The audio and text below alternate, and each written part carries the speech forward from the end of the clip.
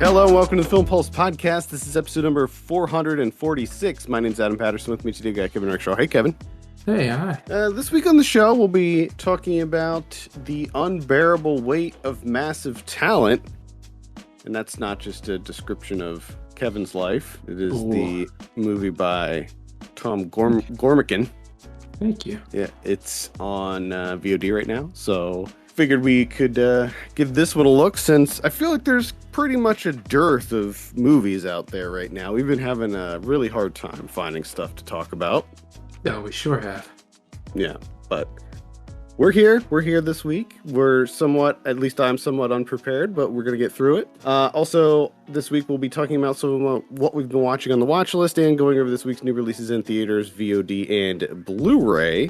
Thank you so much for joining us this week. Please remember to review us on iTunes if you get a moment. That would be very helpful. With that, I think we can just go straight in.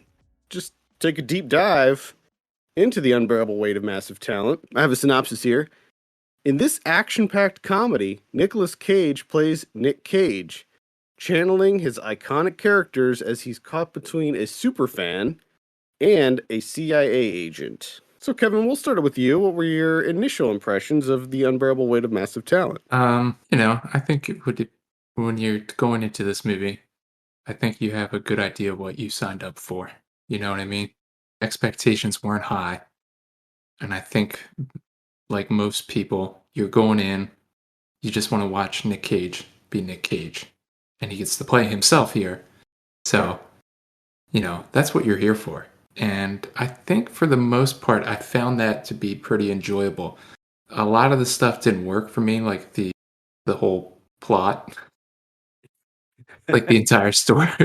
Everything involving the story of this movie didn't work for you. Pretty much anything that was not Nic Cage playing Nic Cage didn't really work for me. But again, I know what I signed up for, and I think for the most part it delivered on that promise. It could have been better. It could have been something much, much more, but it's not. It's fairly entertaining. I mean, Nic Cage is Nic Cage. He's always fun to watch, especially in this type of role. But I feel like you could have just done a lot more. Yeah, I completely agree with you. There could have been a lot. I was expecting more, actually. The whole thing where they're like talking about channeling his past roles and stuff.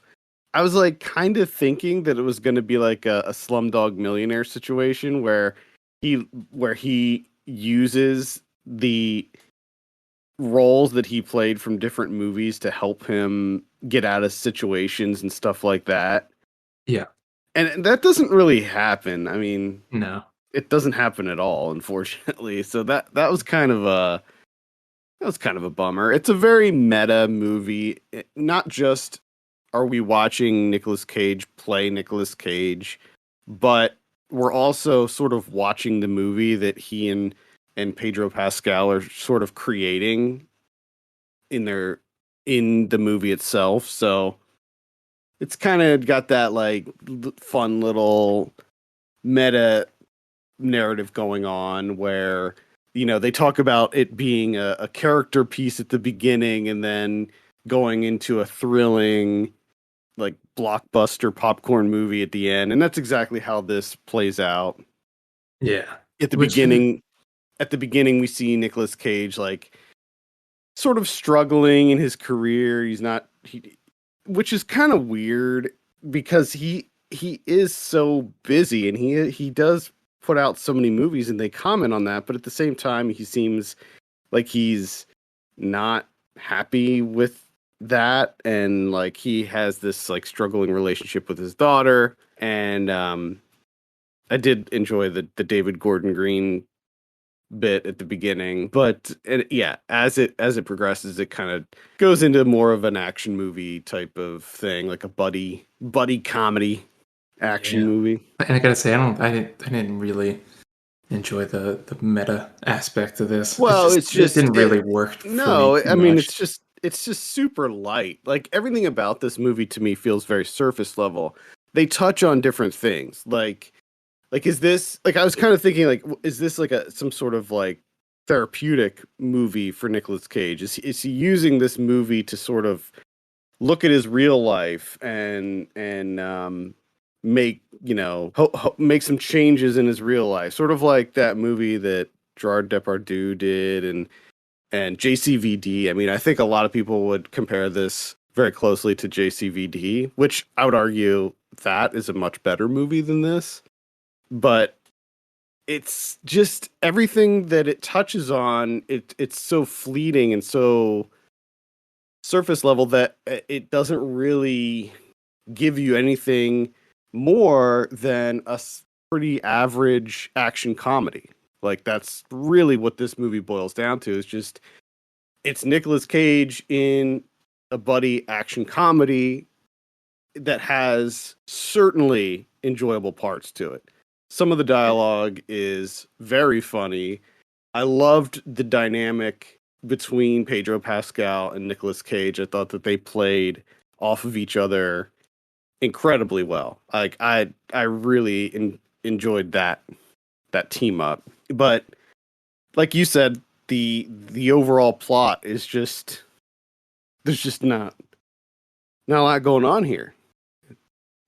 No. And I feel like it is a missed opportunity. Not only could they have done more with the whole idea of him channeling his previous roles, but digging into more of like his personal life rather than making like an offhanded joke about how he makes like 37,000 movies a year.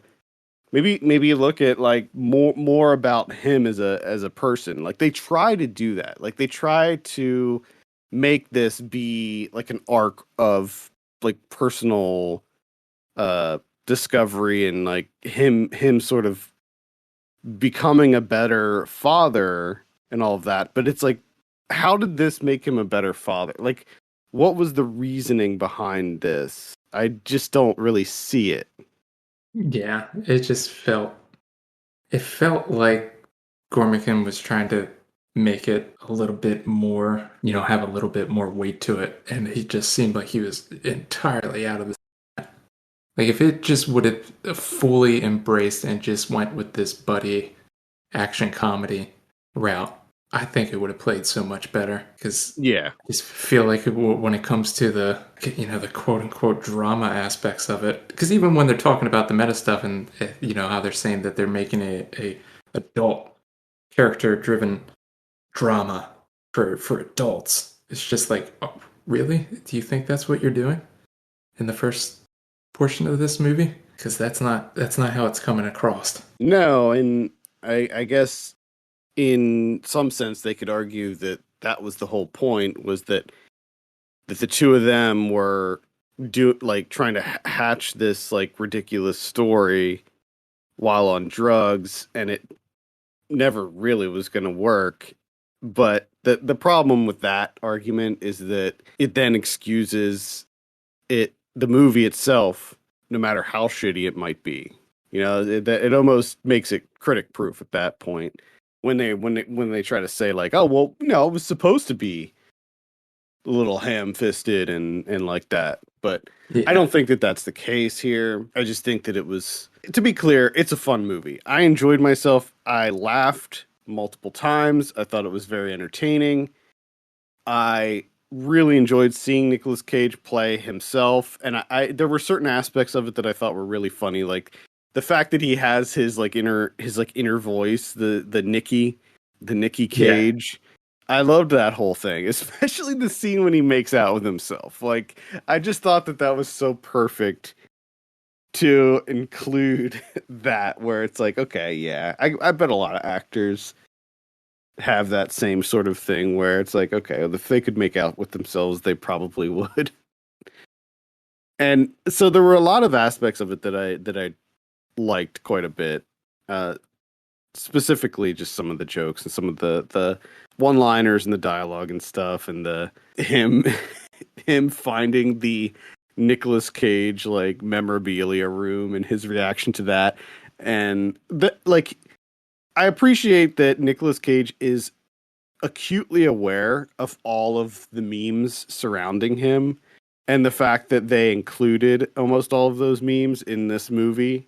and like him reacting to the Nicolas Cage pillow and the the statue thing where he's like, "How much did you pay for this?" And he's like, $6,000. He goes, "I'll give you 20,000 for it." There's just a lot of little things that I enjoyed quite a bit, especially because I am a Nicolas Cage fan. Oh yeah, how can you not be? There was a Not the Bees reference. I mean, it was just. By the way, the whole Not the Bees thing. I'm pretty sure that we were memeing that way before everybody else. Well, we might have been.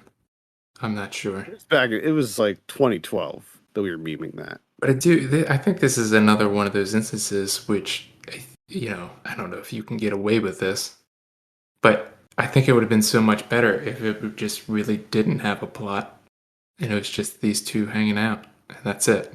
That would have been funny if it was like literally just it was the same opening. You know, him struggling, reluctantly taking this job that where he had to just entertain this rich guy for a day or whatever, and then they became best friends and just did stuff together. Yeah, It would be, it would have been so much better if it was low stakes. yeah, it would have been kind of interesting. Or if they tried to lean into the like meta narrative even more and tried to make it more grounded and realistic, closer to like Nicolas Cage's real life and stuff. I mean, do something like that. I don't know. I don't want to speculate about what this could have been because that's a little reductive, but it could have been a lot of things. Yeah, It's fine yeah. as is, but I just feel like there's a lot of missed opportunity. Oh yeah, yeah. I think again, if you know what you're signing up for. So if you're interested in that and you're going to watch this, I have a feeling for the most part you're going to be fairly entertained, Yeah, at least minimum. I think if you're a Nicolas Cage fan and you like wacky Nick Cage, then you'll enjoy this. Since he's playing himself, he's pretty normal, but there is plenty of that kind of wackiness in here, Oh yeah. specifically like with the Nicky stuff. I think that's like kind of the whole point of the Nicky character is that it's his like wild side. Well, and you get two drug sequences. Yeah, the drug You- sequences are great too. And normally, I hate Yeah. drug trip scenes. But these are great because not only are they hilarious, but they well no, that's just it. They're hilarious. I love the scenes. Anything else you want to add before we give this a score? I don't think so. All right, cool. Oh no, I did. It was interesting to me. I don't know how interested it would be to you.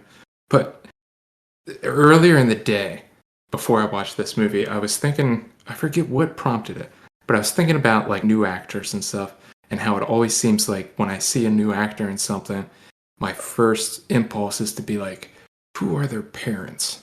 Oh, the Kate Beckinsale's daughter. Yeah. So as soon as the camera goes to her, immediate thought is like, oh, here we go. Who's her parents? Because she definitely looks like someone. And I She know looks that, so yeah, her dad is Michael Sheen and she looks exactly like Michael Sheen. Like when you see her, you might not see it right away, but if someone were to say to you, "Oh, that's Michael Sheen's daughter," you'd be like, "Oh, okay, yeah, I see it." yeah, it's a weird thing in that to me, she looks like a perfect amalgamation of Kate Beckinsale and Sheen. Like if you were to somehow morph those two people together and make one person, Lily Mo Sheen is that person. Yeah, It's just bizarre. it's kind of wild. All right, let's go ahead and give this a score. I'm sitting at like a 6.5 for this one. Yeah, I'd give it a 6. All right, there you have it. The Unbearable Weight of Massive Talent is available now on VOD platforms. Probably playing in some theaters still, I would imagine. More than likely. There's not But much I would coming. say this is an easy VOD recommend. I don't think that this is a movie you need to see in the theater. No, no, no, no. Absolutely not. Absolutely not. One movie that I will recommend seeing in the theater, however, is Top Gun Maverick, which I saw during our little break. It's Now, incredible. I had no expectations for this going into it. I like Top Gun, like most kids our age. I grew up with Top Gun. Did you like Top Gun as a kid? I don't know. I have no idea. I bet you did. Probably. You were probably all about that F-14. You probably had like a little F-14 toys and flying Maybe. around with your brother. I don't think so. I just had a shit ton of G.I. Joes. Yeah, and you're probably flying them around in F-14s too. I don't know. I don't know if I had any planes. You loved it. You loved I planes. probably did. I don't know. I don't remember liking planes, Well, but maybe. regardless, I was not. I liked the original Top Gun as a kid. I wasn't like obsessed with it like some people, and so I was like, whatever. I'll go see it. No big deal. I was pretty impressed with this movie. It is, I would say, for fans of the original, you're gonna get a very faithful sequel here. You have a lot of the same types of scenes. There's like, like in the original you have the infamous volleyball scene. There's a scene like that in here. The score is the same. They like just sort of revamped the original score. They have the Kenny Loggins. I mean, it all feels very authentic. There's a lot of kind of throwback stuff to the original, but it's not like too heavy-handed. It's not too overt with the throwbacks and the homage and all of that stuff. I think that it's done in a very tactful way. The big thing about this, obviously, is the action, and the action is like incredible. Like, I'm sure that most of you probably already know that they actually, when they filmed this, it's not green screen or anything like that. They used real fighter jets and captured all of the stuff using real jets, and it looks awesome. Like the actual, like the training montages and stuff are cool. The actual mission that they have to carry out is really cool.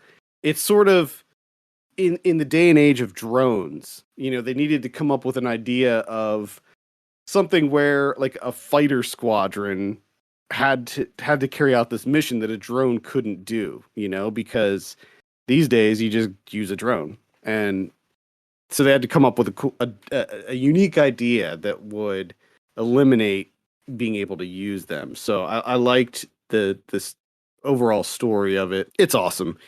I would recommend seeing it in the theater. I saw it in one of those like RC extreme theaters where the seats shake and all that stuff, and it was really cool. So yeah, I definitely recommend Top Gun Maverick. It's cheesy, to be clear. It's very cheesy. The dialogue is so ridiculous at times. I mean, it is laughable how corny some of the dialogue is, but that's kind of what I was expecting. Like, if it wasn't and it was like super serious and everything, it wouldn't feel as faithful to the original, because the original is super cheesy. Oh yeah. And this one is it's the same. It's the same amount of cheese, and I liked that. Like I thought that the corny bad dialogue was endearing. So Top Gun Maverick, yeah, I recommend it. All right. All right. Very shocked at how into this I was. I do remember you texting me immediately and being like, I really like this movie. I don't know what to do with that information." Yeah, It really just like kind of shook you as a person. yeah, because I was So, really not expecting anything out of it. having an identity crisis after watching Top Gun Maverick. Yeah, I have to rethink my whole life. I watched Old, M. Night Shyamalan. Oh, okay, all right. This is about that beach. That beach. Yeah. Yeah. Did you know? Did I tell you? Did I give away the twist? If you did, I completely had forgotten it. I don't think. I mean, I remember talking about it on the show, but I can't remember if like off air I told you the twist. There's I a don't good think chance so. that, like, my memory is so bad that I probably even said, like, I'm never going to watch it, just tell me. And then, a couple months later, I watch it, but I don't remember. I just know something freaky's happening at this beach. I was slightly disappointed because I was really hoping that, like, the poster would turn in, like, a part of their body would turn into a skeleton before they actually died, and that doesn't happen. So that was Mm. disappointing. That was really the only disappointing thing to me. I actually, for the most part, enjoyed this. This felt like classic Shyamalan to me. It was ridiculous in a good way. I found it fairly enjoyable. Some of the dialogue and the acting I thought was a little shaky, but to me, it's just it's a tight little movie, and it does what it does. And the twist that I thought was pretty inventive. I mean, it's ridiculous, but I kind of want that. And for the most part, I was pretty happy with this. I gotta say. Well, I'm glad you liked it. I didn't. Yeah, it was funny because I had no interest in seeing this, but my wife really wanted to. She was just so excited. So no expectations on my part. I came out, I smoke a cigarette afterwards, and I'm like, I actually kind of enjoyed that. That was surprising. She's like, I hated it. It's like, oh, that's a bummer. Yeah, I think that's kind of the interesting thing about Shyamalan is that like if you buy into it, you can easily come away with it like, yeah, that was pretty rad. But Yeah, like it can go so far the other way too, where you're just and like that, that was the biggest waste of my life ever. yeah, and I think that's the most interesting part of his movies is that it is because they're all kind of the same in that regard, where the dialogue's not usually that great, the acting's not that great. There's usually a ridiculous scene or two in there, and then the twist is, you either buy into it or you don't buy into it. And if you buy into it, they're fairly entertaining, and if you don't, you usually hate them. But to me, he always felt like kind of the same way I feel about like Stephen King adaptations. Even if I like don't like them, I There's still a vibe. There's like a it's certain vibe. yeah, it's just like a comfort watch. Even though Hmm. I know that it's not that great, it's just a comforting feeling. Yeah, I know exactly what you're talking about. I definitely It's he like when definitely has a it's vibe. yeah, it's like when we ate Romas and we regretted it so fucking much, but there's just something about It was comforting at the time. it. Afterwards, it was not comforting. No. And it never is, uh, but you keep doing it. yeah, yeah, that is true. Well, I don't have anything else to discuss. Okay. Well, I have two. Yeah, you can go. I have two more. Funnily enough, one of them is a Stephen King adaptation, and that's John Carpenter's Christine from 1983. You know, I'm like, I never saw this. dude, you gotta see it, okay? And this is the reason. A, this isn't the reason, but A, it's okay. Like, it's an alright movie. But there's two things about it that are just phenomenal. One is Keith Gordon's performance as Arnie Cunningham is fantastic. He gives such a great performance where he's this kind of like nerdy, like somewhat bullied kid that becomes like this cool, fucking greaser type guy with his Plymouth Fury that also happens to kill people when he's not around. So like he kind of like becomes unhinged towards the end, and it's a great performance from him. Second, when the Plymouth Fury kills people, it's oh man, it's classic John Carpenter. It looks so fucking good. There's one where the car blows up an entire gas station and everything's on fire, and it's unbelievable just to watch. That whole sequence is maybe one of the favorite things I've seen in cinema in a while. I lost it. Lost my shit at him. Nice. But all the other stuff is like, it's all right. But those two things, man, good stuff. And then I already kind of talked to you about this, but I'm here to spread the gospel of Final Destination 2 I love this. of I David R. love Ellis. I love that you love the Final Destination series as much as me. Cuz I feel it's so good, man. it is. It's just incredibly good. I don't know. Like I don't understand how you could not like Final Destination 2. Like what do you want from movies? You know? Like if you don't like this, what do you want? What are you expecting? It's baffling to me. And I do feel like this is like my Jesus. Like I got to tell people about Final Destination 2. Like have you heard about Final Destination 2? Now, Have you let Final Destination 2 into your heart? so I know Huh? that you talked about the first Final Destination on this show Yeah. not too long ago. I don't remember when it was. It might have been 3 years ago, for all I know. But do you now that you saw two? Do you have plans? Are you going to continue the series? Oh yeah, without a doubt. There's no way. There's no way. Because the number two I thought was way better than the first one. 'Cause I'll be very curious to see like what you like, how you think two stacks up to three and four. Because I don't really have an opinion on which one is my favorite, honestly. But I I'll just I could just be curious to see like, I gotta say, if they keep this going where the two is to me, they seem to really lean into the like, hey, we're just kind of having fun with this. oh yeah, they do. They lean into it more, and with every sequel, you got to try to outdo Yeah. yourself. So as the series goes on, the kills become more and more complex, and Oh yeah, they and try to trick you more, and that's yeah.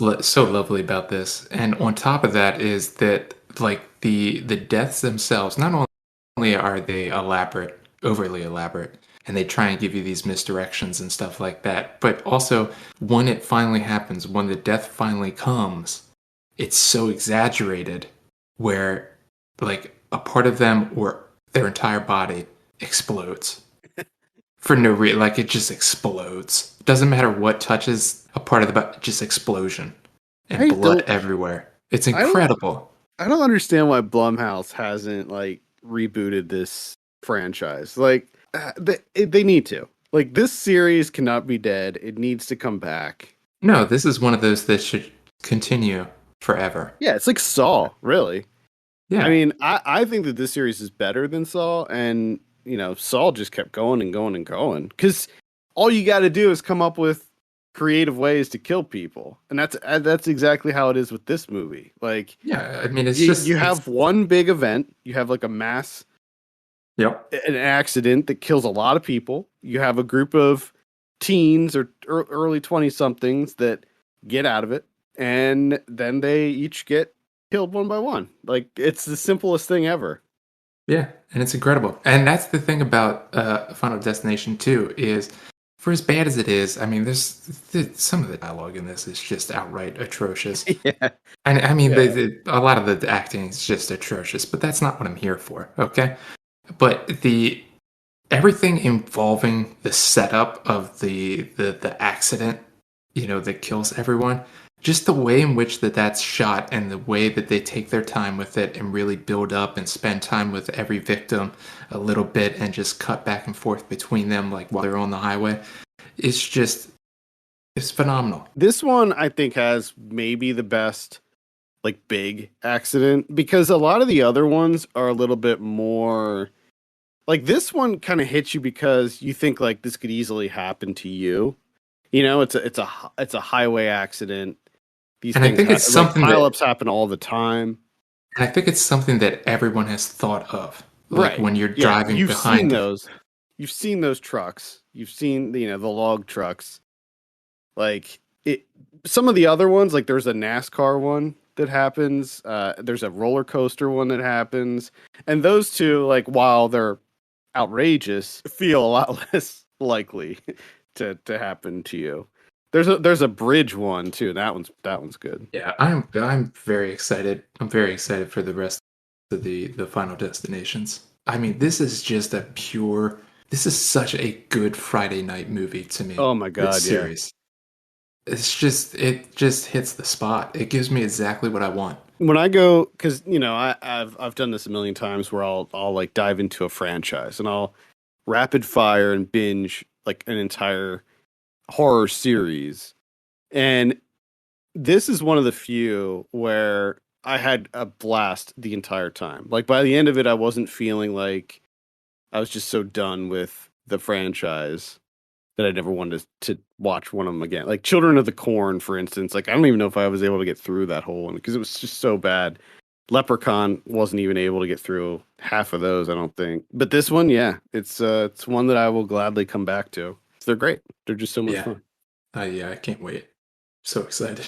All right, let's take a look at what we have in theaters. Just one big one. Lightyear. This is the Buzz Lightyear movie. This looks awful. I'm sorry. This This looks. This is such a dumb idea. I hate this. I hate it. I do as well. Like the And animation doesn't even look good. It just looks like crap. Everything about this just seems like a dumb, bad idea. it's a horrible idea. Lazy. Just no, not No, into it. thank you. No, thank you. I love the Toy Story movies, but come on, this is like, and one could argue that Buzz Lightyear is like the weakest of the Toy Story characters too. I think. Yeah, I would agree with that. He's definitely my least. Yeah. So yeah, that's what's hitting theaters. VOD this week. I didn't update the calendar. That's on me. So I'm not exactly sure what's coming out. Netflix has, let's see, The Wrath of God with what is this? This is with actually I don't even know what this is all about. Thriller maybe? And then on the 16th uh sorry, on the 17th Spiderhead comes out. That's another big Netflix release. That's the kind of sci-fi one. Spiderhead. Spiderhead with Chris Hemsworth and Miles Teller. Oh boy. You know, give it a look. Yeah, it's gonna be garbage. Just a heads up. Most likely, most likely. Were you interested in Hustle? It seems like one you'd be into. Hustle. Is that the Adam Sandler basketball thing? Yeah, yeah. That's right. That is out now, isn't it? I didn't see it yet. That seemed like something you might be into, though. You're a fan of basketball, and you like I am. Sandler's more serious roles. That's true. That is true. I might have to check that out at some point. Which is a roundabout way of me saying I'm probably never gonna No, watch it. you're not gonna watch it. We know at this point. Yeah, I'm gonna try to update the VOD calendar this week. So if you go to the site and go to the VOD calendar, you should see up to date releases very soon. I just haven't got around to it yet. Pain in the ass, to be honest with you, but I'll get there. On Blu-ray this week, we have Morbius coming out. Do you know Ooh. what I love about Morbius? Is Nothing. that there was that meme that started floating around about Morbius, and Sony thought it would be a good idea to try to capitalize on the meme and re-release Morbius in theaters, and it failed miserably. Yeah, because like it's funny to me that in this day and age, people still don't understand how the internet works. No, no, it's Because what was the meme even? That was the thing that confused me. Is I saw that they re-released it based on a meme, and I'm like, I don't even remember seeing a meme. the meme was it was a clip of a theater, and when Morbius is like fighting Venom, uh, Venom says something like it's feeding time. I don't know what he says. And then Morbius goes, "It's morbing time," and like the crowd goes nuts when he says, "It's morbing time," and that's the meme. It's morbin time. You're telling me that that movie flopped not once but twice. Yeah, yes, it did. It did like I think it was an average of $86 per theater or something like that on the Incredible. re-release. Wow. Yeah, it was a big time failure. I haven't seen it yet, so I don't know. Guess I'll hold my judgment on it, but it looks tremendously bad. Let's see, Ambulance is coming out. That's the Michael Bay one. Looks like there's a Herzog collection coming out on Shout Factory. Oh boy. This is volume 2 of the Herzog collection. Includes a pretty large number of his movies, 11 movies to be exact. Wow. Benedetta is coming out. Father Stew. Let's see. Hotel Fear from 1978. Ninja Badass Mm-hmm. from 2020. The fact that it's 2020 makes me like you Yeah. see Ninja Badass and you're like, huh? And then you see 2020 and you're like, oh. Yeah. Because you know it's probably one of those like homages that is like bad. That doesn't work. Yes. Let's see. That's pretty much it. What about Criterions this week? Oh, we have one that's Farewell Amore from 2020, debut from Ekwa Masangi. That sounds good. Well, I think that's going to do it for this week. Thank you so much for listening. You can send us your questions and topics to podcast@filmpulse.net. You can follow us on Twitter @FilmPulseNet and @FilmPulseKevin. And if you have a minute, consider reviewing us on iTunes, that would be wonderful. For Kevin Rakestraw, my name's Adam Patterson. We'll see you next week.